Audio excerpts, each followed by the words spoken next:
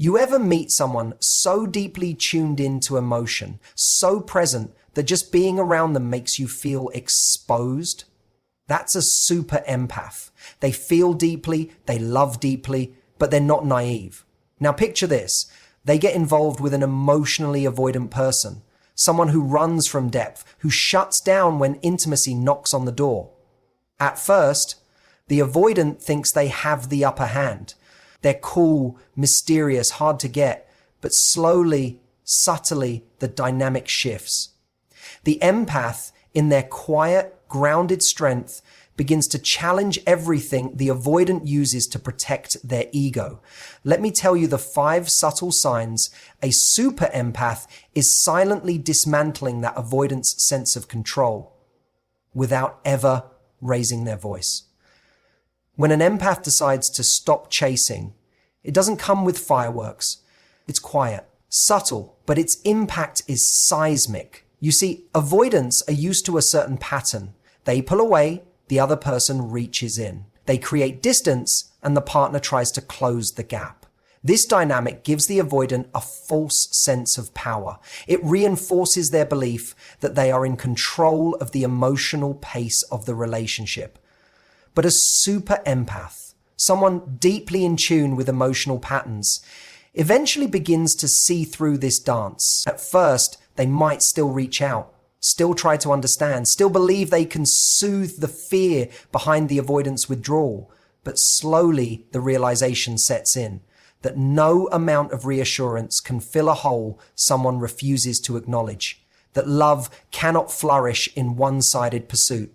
And this empath, in their quiet wisdom, begins to withdraw, not as a tactic, not out of bitterness, but out of self-respect. They stop over-explaining themselves. They stop texting first. They stop asking, "Are we okay?" They start honoring the silence instead of filling it. The absence of their pursuit isn't dramatic, it's just steady. And that's what unnerves the avoidant the most, because the empath was the constant, the one who felt safe, the one who made them feel seen without demanding to be seen in return. And suddenly that presence is gone. This withdrawal is not abandonment, it's a reclamation of energy. The empath is no longer running after breadcrumbs. They've remembered their own worth. And that realization breaks the rhythm the avoidant relied on to maintain distance without ever having to feel the loss. Now the avoidant feels it deeply. The ego, which was so certain it had control, starts to crumble. Questions arise. Why aren't they chasing anymore? Did I lose them? Did I ever really have them? That vacuum left by the empath's absence becomes louder than any words. It forces the avoidant to sit with what they tried to avoid all along: vulnerability, responsibility, and the fear of true intimacy. The empath's detachment is not performative. It's evolved. It says, without saying, "I see what's happening here and I won't participate anymore." It's not about games. It's about peace. And for someone who's built walls to protect their ego, the quiet withdrawal of someone who genuinely loved them is more confronting than any argument could ever be. When a super empath mirrors back emotional gaps, they do it without accusation or drama. Their strength lies in observation and presence. They don't shout, "You're distant," or demand, "Why don't you open up?" Instead, they become a reflection of what they're receiving. If the avoidant partner starts to withdraw, the empath stops overreaching. If communication becomes inconsistent, the empath mirrors that same energy, not to punish, but to reflect the reality of the connection. And in doing so, they hold up a mirror the avoidant was never prepared to face. Avoidants thrive in emotional imbalance. They rely on their partner to keep the closeness alive while they regulate the distance. But when an empath stops filling in the emotional gaps, the imbalance collapses. The avoidant expects the empath to chase, to comfort, to overpunction. But instead, the empath responds with quiet neutrality. This throws off the avoidant's sense of control because suddenly the power dynamic has shifted.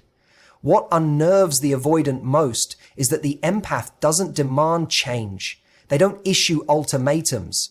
They simply stop doing the emotional labor. And that subtle withdrawal is more powerful than any confrontation. It forces the avoidant to feel the emptiness they've been avoiding, because now it's no longer masked by the empath's warmth. The mirror effect isn't about imitation. It's about clarity. It allows the avoidant to see the exact impact of their detachment, but in real time. No explanations, no overanalysis, just space, matched for space. Silence met with silence. The emotional reciprocity they've avoided is now staring back at them, and it's disarming. An avoidant might start to feel irritated or confused. They've changed, they're being cold. But what they're really noticing is that the emotional safety net has been removed. The empath is no longer buffering their fear of intimacy. They're simply responding with truth, non-reactive, grounded, and honest. For someone used to emotional control, this shift creates discomfort, because when an empath mirrors your gaps, you're no longer being managed. You're being seen. And that visibility, without pressure or persuasion, can be far more confronting than someone begging you to open up. The empath doesn't try to fix it anymore. They simply let the relationship reflect what it actually is, not what it was pretending to be. In that mirror, the avoidant begins to recognize not only what they've been avoiding, but what they might lose if they stay emotionally unavailable. And for the first time, the cost becomes real. A super empath has a natural gift for holding space.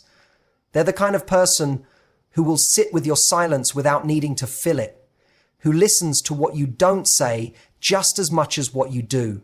In the early stages of being with an avoidant, they're often the emotional anchor, patient, understanding, always reaching across the distance to build connection. They don't rush vulnerability, they don't demand closeness, and they don't take emotional shutdowns personally. They know that wounds take time, so they wait. They hope. They continue to offer a safe, open presence. But even the most understanding person has limits. What makes a super empath different is that they don't hold space forever. There's a line, and once they recognize that their emotional openness is being met with avoidance, resistance, or manipulation, something changes. They don't make a dramatic exit or issue emotional threats. They shift. Calmly, quietly, and with full clarity, they begin to draw a boundary not in words, but in energy.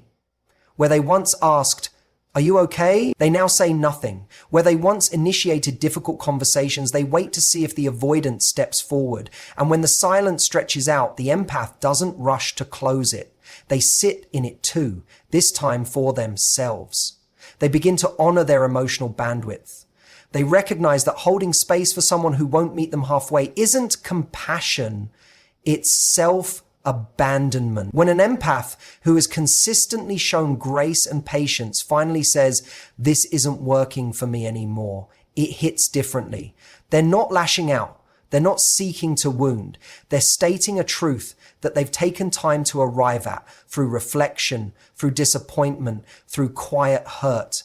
And that kind of boundary doesn't spark argument. It creates a vacuum, because now the avoidant is left without the emotional cushion they've grown used to.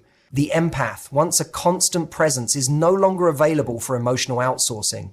The avoidant may feel caught off guard. They were never pushed, never cornered. They had space, more than enough of it. But the absence of confrontation doesn't mean the empath didn't notice. It means they were waiting to see if the avoidant would choose to grow. When it becomes clear they won't, the empath chooses themselves instead. That choice isn't about giving up. It's about no longer waiting for someone to meet them in a space they've been standing in alone. That calm, grounded decision is what shakes the avoidant most, because it's not made in anger, it's made in strength. A super empath is naturally wired to understand pain that isn't theirs. They often feel it anyway. They're the first to ask what's wrong, the first to empathize with coldness, to see withdrawal as fear rather than reject. And for a time, this makes them incredibly patient with an avoidant partner. They absorb moods. They internalize blame. When something goes wrong in the relationship, the empath is likely to ask, "What did I do?" even when the answer has nothing to do with them. This ability to take on emotional responsibility gives the avoidant an easy out, one they often take without realizing the damage they're doing. Avoidants, by nature, struggle to sit in emotional discomfort. So when tension builds, they deflect, they minimize, they imply that the other person is being too sensitive, too demanding, too much. At first, the empath may accept that. They doubt themselves, try to shrink their needs, try harder to be easier to love. But over time, the pattern becomes undeniable. No matter how gentle they are, no matter how considerate or calm, the blame always lands in their lap. And now the person slowly and carefully removes to be more and more calm. The blame always lands in their lap. And one day, something clicks. The super empath begins to understand the cycle. The avoidant withdraws, the empath feels confused or hurt, and instead of support, they're met with deflection or silence. And in that moment of clarity, the empath makes a quiet but powerful decision. They stop absorbing blame that doesn't belong to them. It doesn't come with confrontation. It doesn't need to. It shows up in their posture, in their silence, in the way they respond to emotional shutdowns without chasing or justifying anymore. When the avoidant says, "You're overreacting," the empath no longer argues. They just mentally check out. When the avoidant dodges a conversation with sarcasm or avoidance, the empath doesn't try to pull them back. They simply recognize, "This isn't mine to fix." This change unsettles the avoidant because the emotional dynamic has shifted. Where once they could redirect accountability, now there's no reaction. The empath's energy is no longer available for buffering discomfort. They aren't offering explanations or second chances. They've stopped translating mistreatment into something they must endure. For the avoidant, this is disorienting. The person who once softened every edge is no longer cushioning the blows. The person who once bent over backward to understand them is no longer interested in justifying disrespect. In letting go of the blame, the empath forces the avoidant to face something they've spent their whole life avoiding: themselves. There comes a moment when a super empath chooses themselves. And when it happens, it doesn't look angry or loud. It's not a dramatic exit or a tearful plea. It's a quiet, grounded decision made after countless internal conversations, after giving chance after chance, after hoping that love alone would be enough to awaken reciprocity. But it never is. And the empath, who once believed they could hold the emotional weight for two, finally sets it down. Avoidants are used to being chosen by people who will stay, even when they're emotionally unavailable. They often take this loyalty for granted, assuming the empath will always be there, always waiting, always understanding. But what they don't anticipate is that the very same depth of feeling that makes an empath so open-hearted is also what gives them the clarity to walk away when they realize their own needs aren't being met. They don't leave to prove a point. They leave because staying any longer would mean abandoning themselves. When a super empath chooses themselves, it's not in reaction to one moment. It's the result of many moments stacked on top of each other. Moments of being unheard, unseen, dismissed, minimized. Each time the avoidant shut down or pulled away, the empath stayed, hoping that love could coax openness.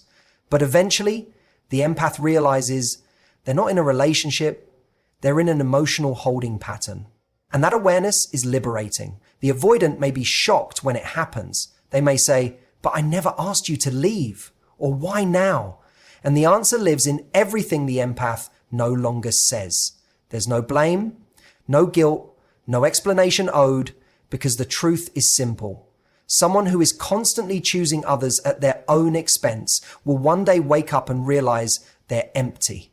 And when they do, the only healthy choice is to stop trying to earn love from someone who fears giving it. This moment is often when the avoidant feels the loss the most.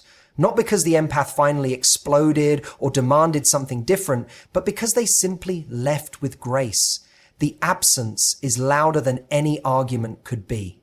For the first time, the avoidant sees that the person who always stayed, who always reached out, who always understood, is gone. Not because they stopped caring, but because they started caring about themselves. And that shift, the prioritization of self-respect over emotional chasing, can be the single most ego-shattering moment an avoidant ever experiences. So here's the truth. When a super empath walks into the life of an avoidant, it's not just a relationship. It's a mirror, a confrontation, a quiet undoing of everything the avoidant has built to protect themselves from vulnerability. Not through force, not through demand, but through presence, patience, and eventually through boundaries that speak louder than words. A super empath never sets out to destroy an avoidant's ego. That's not their nature, but their self-awareness, their emotional clarity, and their refusal to abandon themselves any longer is what ultimately dismantles the illusion of control the avoidant depends on. And here's the irony. The very traits the avoidant resisted, depth, honesty, vulnerability, are the ones they find themselves missing when the empath finally walks away. That silence, that absence, that is the sound of the lesson they never expected to learn from someone they thought would never leave. To the empaths listening, your softness is not weakness. It's your ability to feel deeply is a strength, but it becomes your power when you learn to choose you just as fiercely as you've chosen others. And to the avoidants who find themselves wondering why they feel the loss so strongly, it's not just about missing someone. It's about realizing they were willing to love you fully right up until the moment they realized you never planned to do the same. Thank you for being here, for listening, for doing the inner work, whether you saw yourself in the empath or in the avoidant. Growth begins in awareness. And if you're here, you're already taking that first step. Until next time, honor your boundaries, protect your peace, and remember, real connection starts when we stop hiding from ourselves. Thank you and take care.